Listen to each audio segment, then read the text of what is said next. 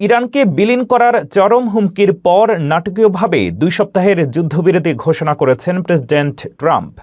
তেলের বাজার ও হরমুজ প্রণালী নিয়ে এই দ্বন্দ্বে বিশ্বজুড়ে উদ্বেগ ছড়িয়ে পড়লেও পাকিস্তানের মধ্যস্থতায় আপাতত পরিস্থিতি শান্ত। তবে সাধারণ আমেরিকানদের মধ্যে মিশ্র প্রতিক্রিয়া দেখা দিয়েছে। আকাশচুম্বী তেলের দাম আর যুদ্ধের আশঙ্কায় সাধারণ মানুষের মধ্যে ক্ষোভ বাড়ছে। এখন সবার নজর শুক্রবারের ইসলামাবাদ বৈঠকের দিকে। সেখানেই নির্ধারিত হবে যুদ্ধের অবসান নাকি নতুন সংঘাত। আজ রাতে একটি আস্ত সভ্যতা বিলীন হয়ে যাবে। প্রেসিডেন্ট ডোনাল্ড ট্রাম্পের এই একটি বাক্য গত মঙ্গলবার পুরো বিশ্বকে স্তব্ধ করে দিয়েছিল।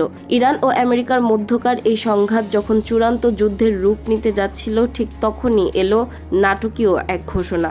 কি ঘটেছিল সেই কয়েক ঘন্টায়, আর কেনই বা পিছু হটলেন ট্রাম্প? মঙ্গলবার রাতে ট্রাম্পের দেওয়া আলটিমেটামের সময়সীমা শেষ হওয়ার মাত্র কয়েক ঘন্টা আগে 2 সপ্তাহের যুদ্ধবিরতি ঘোষণা করা হয়। ট্রাম্পের শর্ত ছিল স্পষ্ট: তেল পরিবহনের প্রধান পথ হরমুজ প্রণালী অবিলম্বে খুলে দিতে হবে, অন্যথায় এপিক ফিউরি বা মহাকাব্যিক ক্রোধের মুখোমুখি হতে হবে ইরানকে।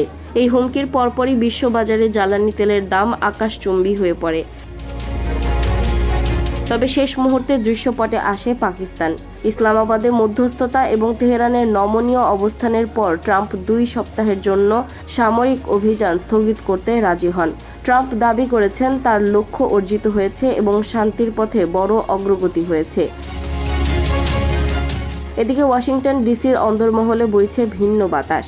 সাধারণ আমেরিকানদের মধ্যে এই নিয়ে কাজ করছে মিশ্র প্রতিক্রিয়া। বেশিরভাগ নাগরিক মনে করছেন মধ্যপ্রাচ্যে আরেকটি দীর্ঘমেয়াদী যুদ্ধ আমেরিকার অর্থনীতির জন্য হবে আত্মঘাতী। বিশেষ করে গ্যাস স্টেশনে তেলের দাম প্রতি গ্যালন $4 ছাড়িয়ে যাওয়ায় ভোটারদের মধ্যে ক্ষোভ বাড়ছে। অনেকের মতে ট্রাম্পের সভ্যতা ধ্বংস করার হুমকি কেবল দায়িত্বজ্ঞানহীন নয়, বরং বৈশ্বিক নিরাপত্তার জন্য বড় ঝুঁকি। তবে ট্রাম্প সমর্থকরা একে দেখছেন মাস্টার স্ট্রোক হিসেবে। তাদের মতে এই কঠোর অবস্থানই ইরানকে আলোচনার টেবিলে বাধ্য করেছে।